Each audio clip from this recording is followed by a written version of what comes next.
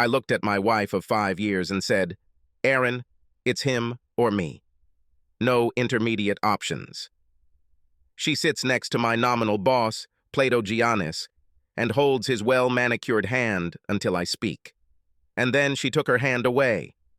An expression of confusion and fear appeared on her beautiful face.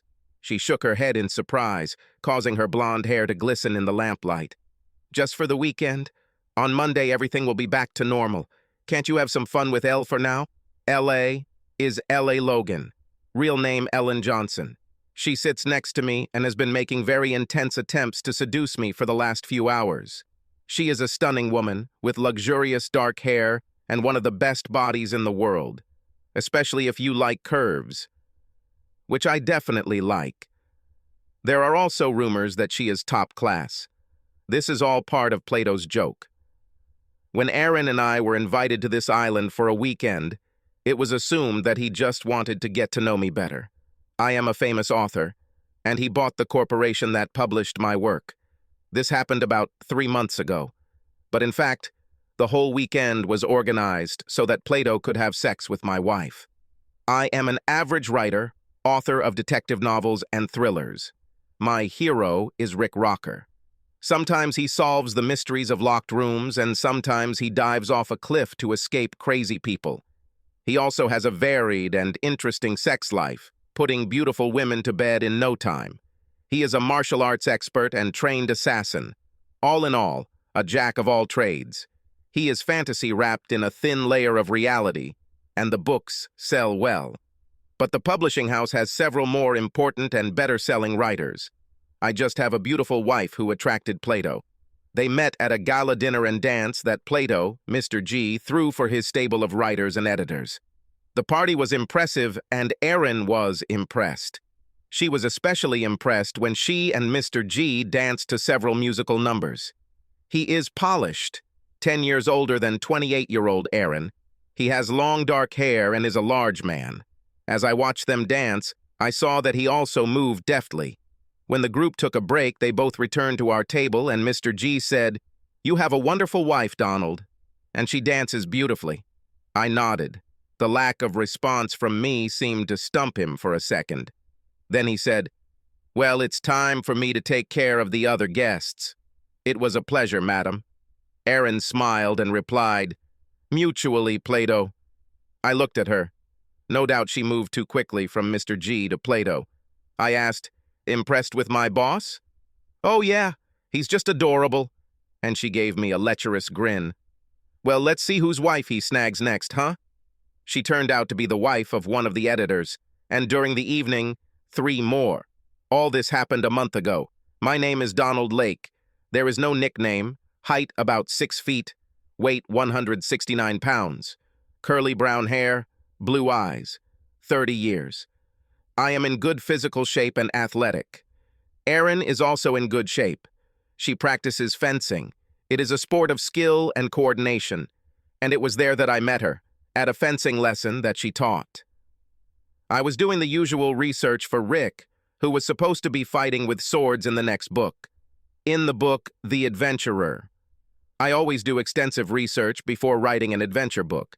This is one of my main selling points. Rick doesn't do anything that I haven't tried. I made my way to becoming a writer up a steep staircase. He graduated from high school and did not continue formal education. Even then, and in fact since I was 10, I realized that I was a writer.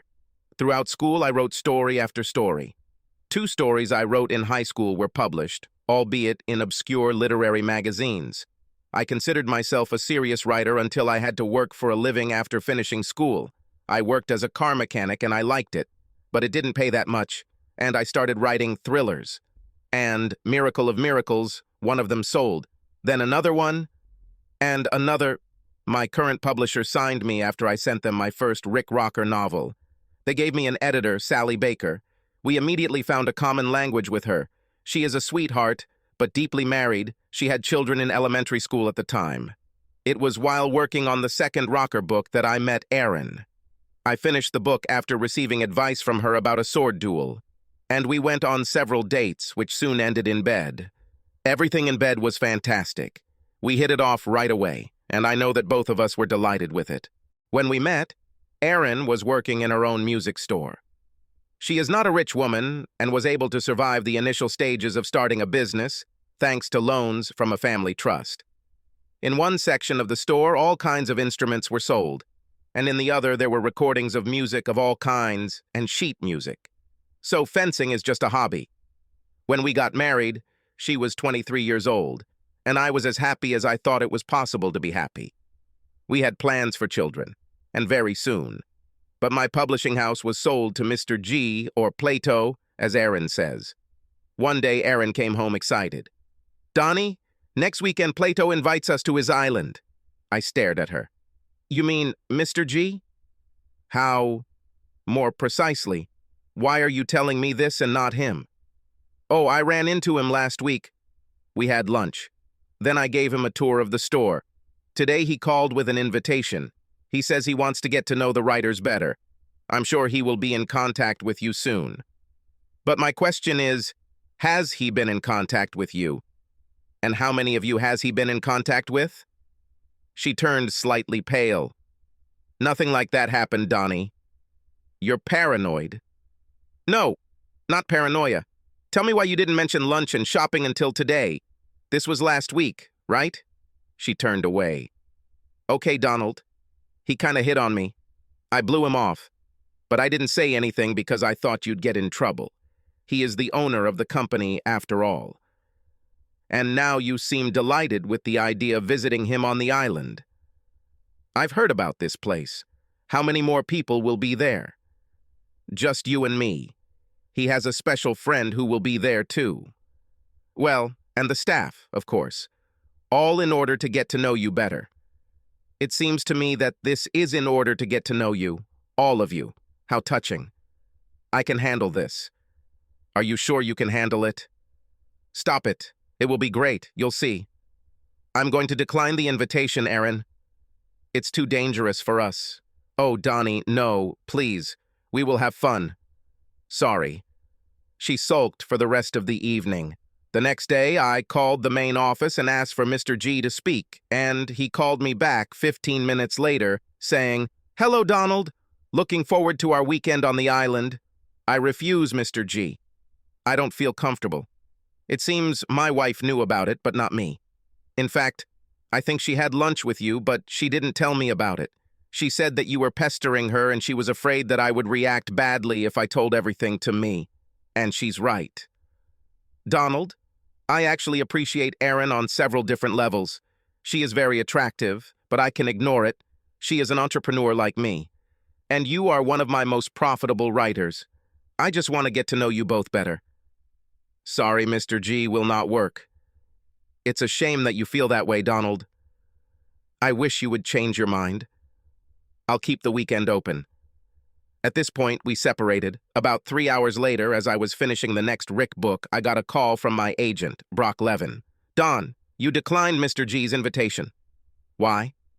How do you even know about this, Brock? The vice president of sales called me. He insists that you should go. Otherwise what? They may under-advertise the new book, which will cost you dearly. And me, since we both live from interest. Did he threaten this? Not directly. But the threat was made. This guy plays a tough game. I said, I'll contact you, Brock. After hanging up, I emailed Sally the end of the new book with some instructions. Later she called and we discussed everything. In the meantime, I studied Plato Giannis and his island very intensively. The island was called hedonism. In Greek, it means pleasure. Pleasure Island. As I delved deeper, I found several stories of sexual outrage on the island, and there was mention of 2 cases of divorce where the island was mentioned as the basis. But these stories were published in gossip. There were several photographs of Mr. G with women. 2 of them were married. All this alarmed me. I found a picture of this place on Google Maps. I got acquainted with the whole place. The island is 2 miles long and about 1 mile wide. Located off the coast of North Carolina, among several islands where people go to play golf and enjoy beach holidays. The island faces south and is sheltered from the elements. It has 2 piers and several buildings, including a large house. There are tennis courts and a swimming pool. Why have a pool if there are great beaches? I downloaded detailed photographs of this place and compiled them into a topographic map. It seemed to me that to get there and back, you would need a decent boat or seaplane. I have neither one nor the other, but I know people who have both. That evening, Friday, Erin returned home on time. Entering the house, she looked joyful. For dinner, I had a large chicken salad and white wine. She got up to change her clothes. While they were eating, Erin said, "I heard that you may have changed your mind about not going to the island." I looked at her. "Where?" "Plato said that you can change your mind." "At lunch?" "No, silly. He's in New York and we're here in good old Virginia. He called me. He has an apartment in McLean." "How do you know he's in New York?" "Don't turn your paranoia on me, Donnie." He mentioned this. He said that if we agreed, he would order his plane to take us from the national airport. But we won't agree, Erin. I haven't changed my mind. Crap. Donald Lake, you are so stubborn. Erin, you can go. I won't be able to have a good time there because I'll worry that we'll end up getting divorced. Are you going to sleep with him? I won't go without you, Don. How can you? If I go alone, anything can happen. And it will happen. When you return, we will never sleep together again. Donnie, I can't say I'm not attracted to him, but you and I are still hotter than ever. So I wouldn't take that risk. I won't. So I believed you. Do you believe it? Don't believe me at all? Now is the time when my trust tank is almost empty. She quickly got up from the table, spilling the wine. Crap, look what you made me do. I started laughing at her. She realized how stupid that sounded and joined me. This turned into hugs and kisses, which led to a trip upstairs. It took a whole hour. The unpleasant topic receded. As we lay in bed, Erin said, I won't risk this for some billionaire. I swear, I noted that she seemed to assume that we would go to the island after all. Otherwise, what risk is she talking about? Anne said, Okay, then it's decided. She tensed, but she didn't say anything. I asked, Why are you so eager to go on this trip? Only the truth, not bullshit. She didn't answer for quite some time. Then she said, It seems exciting to be with such an important and influential guy. Sorry, I didn't mean with, but only communication. Erin, I studied it. He was born rich.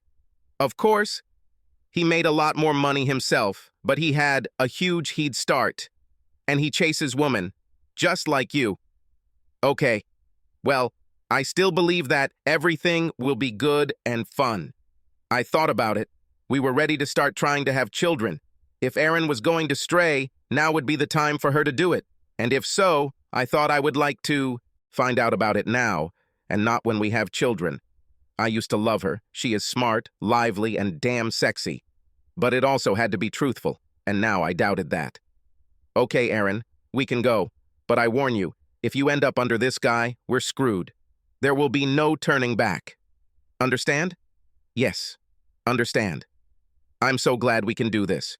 I decided that the warning I had just given was the last. Either she is a worthy wife, or she is not.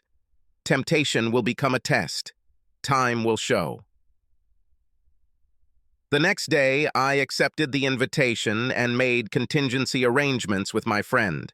I also checked the availability of cellular communications on the island. It's there, but just in case, I took my satellite phone with me.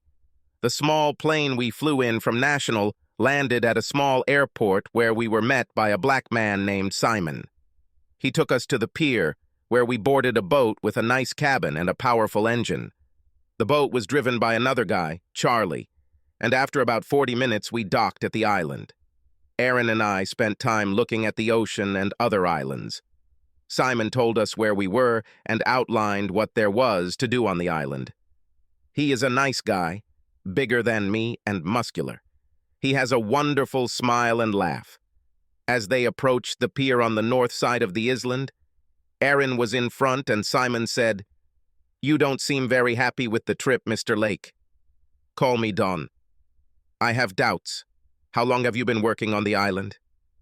6 years. To Mr. G. Therefore, I expect you to know why I have doubts. Then why did you come? If you're that worried, to see what happens. You're also his bodyguard, aren't you? Yes, in case something happens. Well, he's a big guy. I'm sure he can take care of himself. Yes, you could say I'm here just in case. Once or twice things didn't go well. But in those days I was not needed. Looking at you, maybe. I'll be ready. I value my work. Are you armed? No. Well, I have a knife. But knives are everywhere. Are there guns on the island? No. Not allowed. I assume it's in the memo you received. Yeah, but I don't really trust her. I'm not a very trusting guy these days. No firearms. I warn you, you won't need it, no matter what happens. The boat was pressed tightly against the pier, and Simon and the young man on the pier tied it up. Simon gave Aaron his hand, and I jumped off the boat. Simon looked slightly worried about this. I accompanied Aaron towards the big house, as Simon had indicated. Mr. G met us when we arrived at the house. He was dressed casually, wearing swimming trunks and a sleeveless shirt. With him was Elle, the most beautiful woman in the world.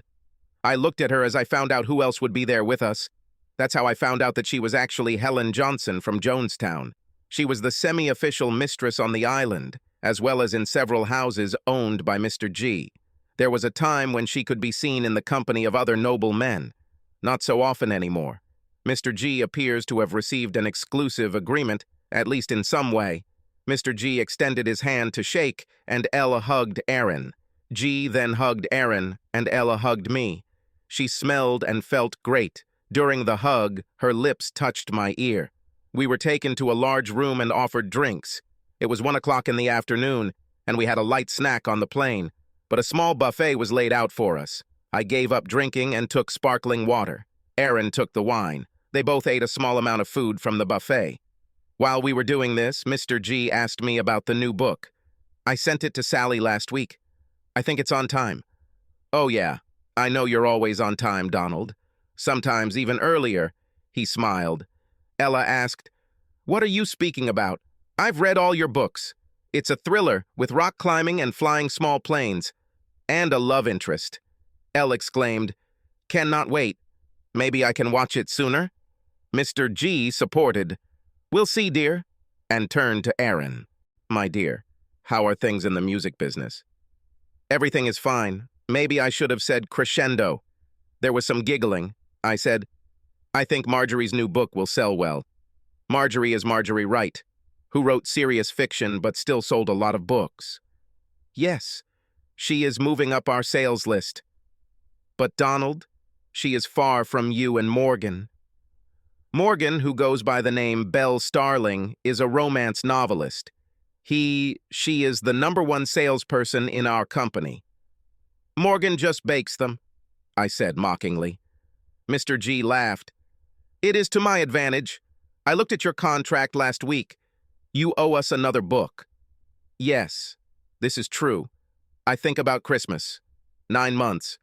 But work on it is already in full swing." Elle said, "Are you changing topics?" "Yes, sometimes thrillers need a rest." Then I switched.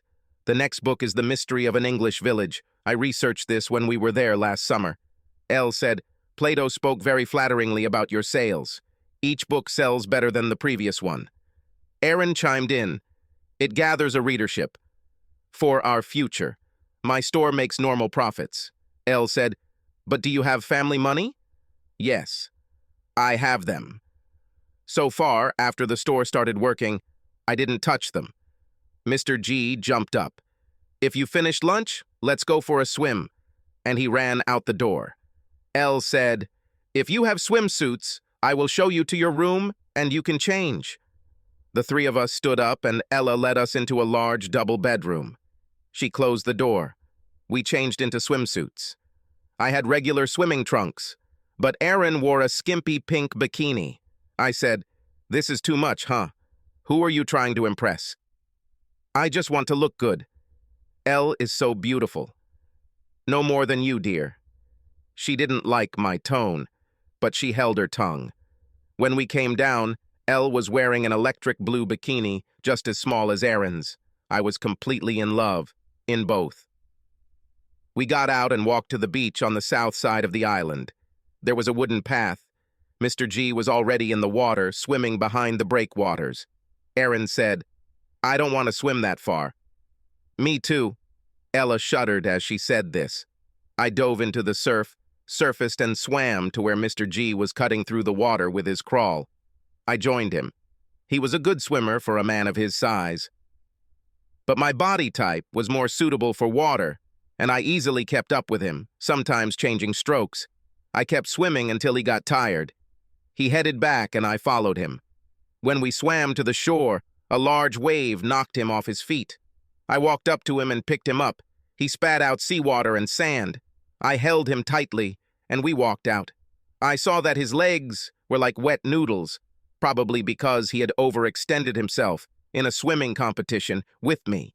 But he quickly came to his senses and pulled away from my help. "I'm fine." This wave just took me by surprise. We approached the women lying on sun loungers in the sun, and I asked, "Who wants to swim?" Ella stood up immediately. She raised her hand, causing her top to slip slightly. "I!" And she ran to the surf. I looked at Erin. She shook her head. Then I ran after Elle. The view from the rear was impressive. She dove into the surf like an Olympian and swam out beyond the breakwaters. I followed her. She swam better than Mr. G. I was amazed by this. We swam next to each other for some distance, and she shouted, "Let's turn," which is what I did. The flash of flesh interested me. I let her get about 4 meters ahead of me and watched her from the side. She turned over and floated on her back. Her breasts swayed in and out of the water. She was an absolutely amazing woman. Backstroke was my specialty, so I joined her, swimming alongside her. We swam some distance, and then she said, "I've had enough," and swam to the shore. I waited a moment to look at her from behind. When I emerged from the surf, Erin and Mr. G were nowhere to be seen. But Elle was looking straight at my tight-fitting swimming trunks. She said, "What are you, Superman?" I laughed. There's only one way to find out. She took a step towards me. Then she stopped, saying, "We can't do this here, no matter how much I want it." She turned and ran. On land, she was not as fast as in water. I easily caught up with her, and we went out onto the veranda. Ours were nowhere to be seen. I wondered if this had already happened. Elle asked, "So, do you really do what you write?" "Yes. Well, I mean, I can't jump between buildings. But I'm trying to figure out how believable Rick can do such things." Elle stared at me. Before this look, my erection disappeared. But she returned as she expected. She was a woman with power. I said, "Elle, fuck off. I am married to a wonderful woman and would like to keep it that way. I'm asking as a favor, don't." Elle laughed. "A tongue-tied writer." "Oh my God," I said. "Let's see what these two are up to, shall we? Does this matter to you?" "Oh yeah. Please, Elle, I want you to understand that I won't be sleeping with you this weekend. Whatever Erin decides to do. If they get to that point, I'll leave. And, most likely, I will long regret what I just said." I smiled. "I'm warning you, Donald. It's not easy to shake me off my tail." She entered the house. I waited a few minutes before following her. When I went upstairs to change clothes, I saw no one. But when I entered our room, the shower was already running. As soon as I heard it, it stopped. No votes. Erin opened the door, wrapped in a towel. She gasped when she saw me and asked, "Has Elle already got you?" "No. Please understand, Erin. I'm not going with Elle. I hope you don't go with Mr. G either. We talked about this. The situation remains the same. What were you two doing while we were swimming? He showed me the swimming pool and the tennis court, and downstairs is the gym." "And no sex?" "I didn't believe that he could be because it would be too risky. They had no idea how long Elle and I would be gone, and I was sure that they were watching us for some time while we were swimming. No, he was a gentleman. Great. But sooner or later he will come for you and you know it." "Yes, and she will come for you. He has as much chance of getting me as she has of getting you." She grinned. "This is not very comforting, but I won't." And you better not do that. Otherwise what? We already talked. Nothing changed. Drinks and snacks at 5. We have time for love, and she dropped the towel. I admit, I was still on edge because of Elle, so I attacked Erin with genuine zeal. And she reciprocated my feelings. When we finished, we realized that the windows were open.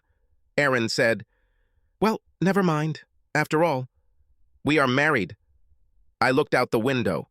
Elle was sitting on a sun lounger about 6 meters away from us. She looked up and smiled. She waved her hand and then reached for her shorts. I moved away from the window. Erin noticed that I was hard again and stared at me. Then she looked out the window. She stood spellbound for some time. There was a groan from outside. Erin turned to me again, saying, "Oh my God, Donnie. Forget about yourself. She can have me. I can give up on you." "I will not give up." Erin laughed at me. "You have to beg her to give up. Otherwise, you have no chance. I've already done this. It doesn't seem to work. I guess Plato gave her a task. So he can have me. It's all so strange. But you have to admit, it keeps your interest. Erin, I promise you that I won't do this. Although now you have helped me a lot." She looked at me. I was still erect. "Certainly. We can have sex at least every 2 hours. This should help, maybe." We went down to the main room in casual clothes. For me, it's docker shorts and a collared shirt. Erin put on a dress and let her hair down, and high-heeled sandals. No doubt she looked sexy. When we arrived, Mr. G was drinking beer. He said, "Hey, Donald, how was your swim with Elle?" "It was great, Mr. G. She is a talented swimmer. This is just one of the many talents she has. Call me Plato." "Fine. Famous name. I like it. He was a famous guy. My father, rest his soul, loved reading about him. Elle came in. She was also wearing a dress, and she was also wearing heels. The dress seemed modest, but on her it was not modest. I'm sure Erin felt a little insecure, and as I understand it, it was part of the game. Ella had to outshine Erin, who, in turn, would try to assert herself by getting Plato for herself. I moved closer to Erin and put my arm around her shoulders. Plato said, "There's wine, cocktails, beer, and some pretzels." Pretzels are my favorite. As he said this, he was eating one of them. The 4 of us chatted for a while. Ella then took me to show the house. He was impressive. The gym has excellent equipment. I asked, "Does Plato use this?" "He lifts weights." She pointed to the bench where the barbell was installed. Heavy. I slid onto the bench, under the barbell, carefully removed it from the racks and made 5 swings, and then he put it back. Elle stood right above me, staring as best she could, and then she said, "He only makes 3, then he rests." She began to breathe heavily. I lifted the barbell and did 8 more reps. Then he put her in her place, saying, "Everyone has their own strengths, and you have so many of them. Do you know what my role should be this weekend? Seduce me so Plato can take care of Erin." "Yes, this has happened before.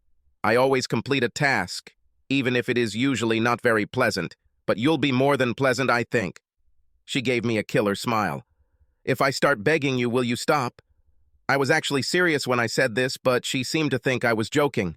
"No, but I will enjoy seeing you beg." She walked up the stairs. I waited for my erection to subside and stood up. The 3 of them huddled together in the living room and talked. When I entered, they fell silent, after which Plato said, "Have something to drink, Donald." "Beer, maybe." I looked at the bar, walked over to it, took out a bottle of Corona and opened it. The rest had wine. We chatted a little more. Then I asked, "Have you finished discussing your plot? Or should I leave?" This caused an awkward silence. Ella silently watched the other 2, mostly Erin. Erin looked at Plato, and he said, "So, no secrets." At that moment, Simon came in and announced dinner. We went into the dining room, where dishes were laid out on the buffet table. It was a family form of service. We sat at one end of a large table. They poured water, but I drank my beer and didn't drink water. Breaking the conversation, he said the tense situation I had created, and we chatted amicably about politics and baseball. Plato was a Yankees fan. Aaron and I rooted for the Orioles and Nationals. Elle liked Pirates and was from Jonestown. Simon served dessert, tiramisu. I missed mine. Plato seemed to notice this. Don't eat dessert? Great. I have to keep my waist in check. Bah, you have no fat in your body. I saw you when you were swimming. You don't drink water, only beer. Plato, as I already told my wife, before we came here, my reservoir of trust is empty. Can you blame me? Aaron said, do you believe that they will drug you with something forbidden? This is just crazy. Don't be like that, Donald. I smiled and pushed Plato a glass of water and tiramisu. Eat and drink, buddy. Plato sat with a stony face. Then he said, Simon? When Simon appeared, Plato said, please clear the table. Simon saw what happened to the arrangement of water and dessert.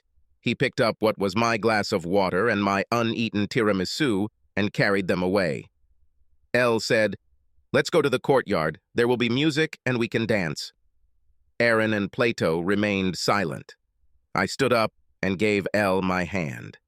He took her to the patio. When we got there, she turned to me. You really blamed him for the food and water. Do you actually believe that he will slip you something? And you? Maybe. I wouldn't think so.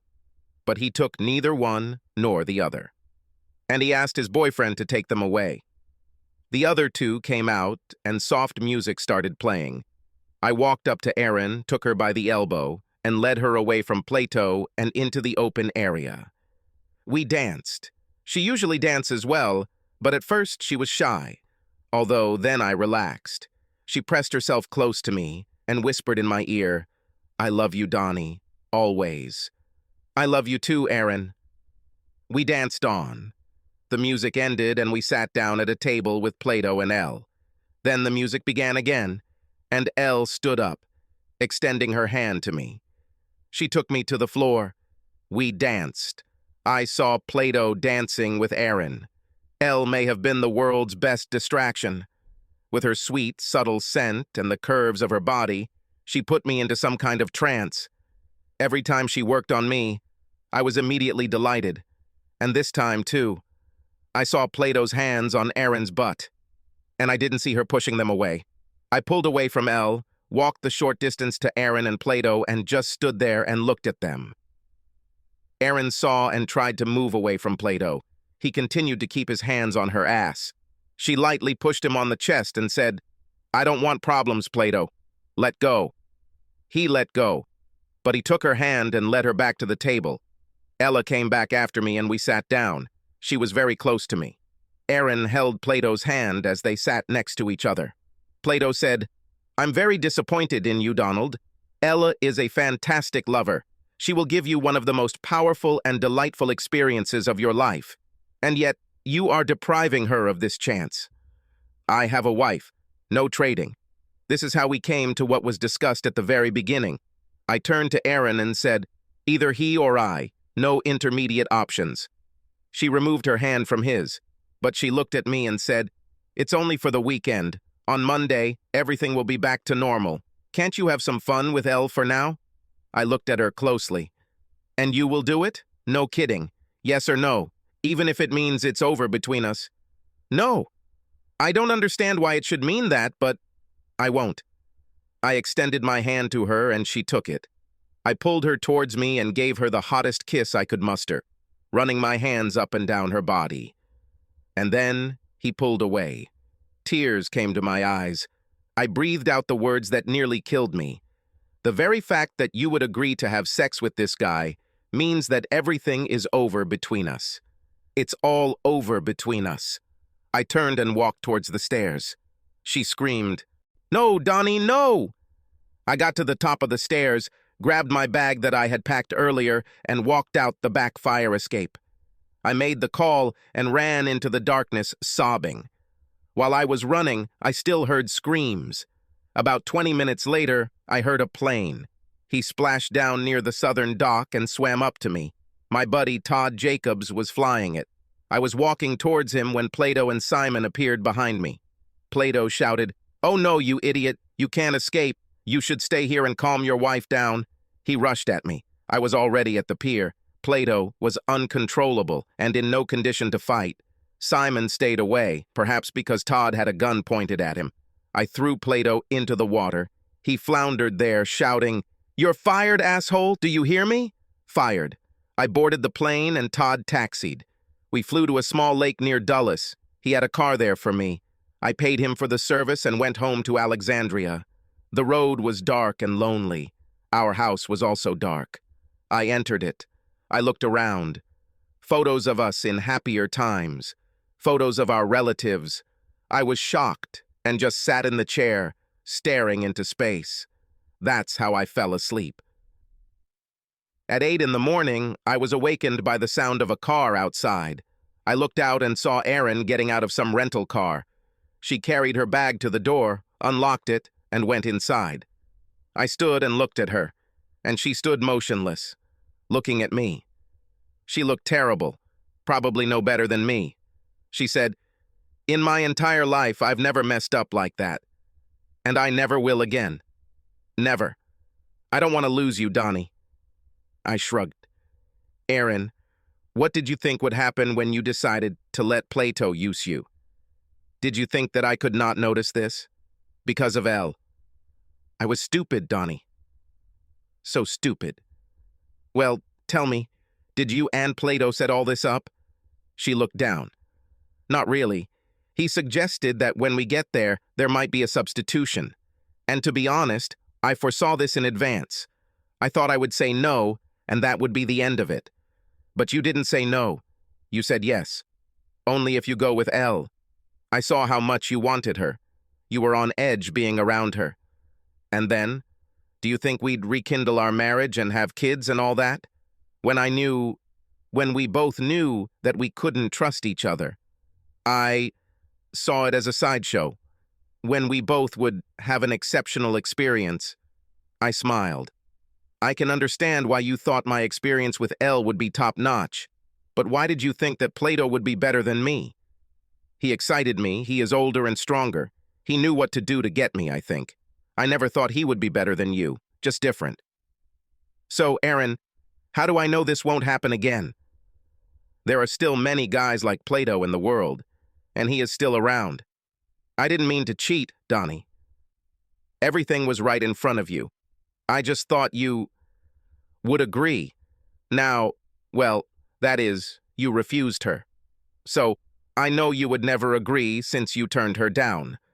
"Yes. Well, I do not know. To me, you are not the woman I met and married. She wouldn't move to be seduced by some other guy. Donnie, can we see what happens next? And, we always had great sex. We both miss it. We can continue like this while you spend your time not trusting me." She stood up and took off all her clothes.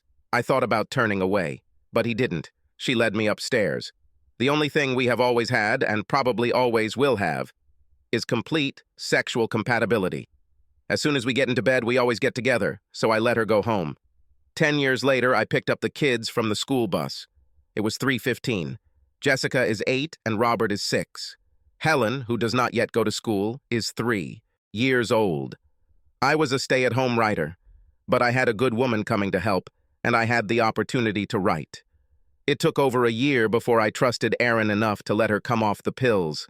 But when she did, our sex life took off.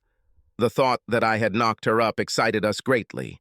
I closed my contract with my previous publisher. Sally and I moved on to something else. The first book I wrote was about adventures on an island. Everything was close to the truth. Well, so be it. I had to hang from the plane's float before getting on board after I beat up Simon and his henchmen. Well, and also, the character's wife was drugged with illegal substances so that she would want the villain. But the villain was thrown into the ocean and all that. The book sold a huge number of copies, and I got a movie deal that also included my 3 previous books. Plato could not complain about half-truths in the new book, where he was cast in the role of Socrates. If he did, he would be burdened with the truth of what happened. Erin now has 2 stores. They earn some money. I earn a lot. Before I fully accepted her back, she signed a post-nuptial agreement. It affects both of us. No infidelity. Now the school year has begun, and when I was driving the two older ones home, a car drove up to our entrance. This is a small red sports model. Out came a remarkable pair of legs, followed by the rest of the most beautiful woman in the world. Helen smiled and waved to the children. They ran up to her shouting, "Aunt Helen, Aunt Helen!" She hugged them and began to fuss around. Young Helen greeted her at the door as she entered the house. I poured her a seltzer, her favorite drink, and said, "Aaron will arrive soon. I prepared a high-calorie salad, and everything is ready in your room. But that's a completely different story. Subscribe to our channel so that your second chaff doesn't cheat on you, and go ahead and listen to the next story, because this story is nothing compared to the next one. If you're under 18, don't even think about listening to the next one."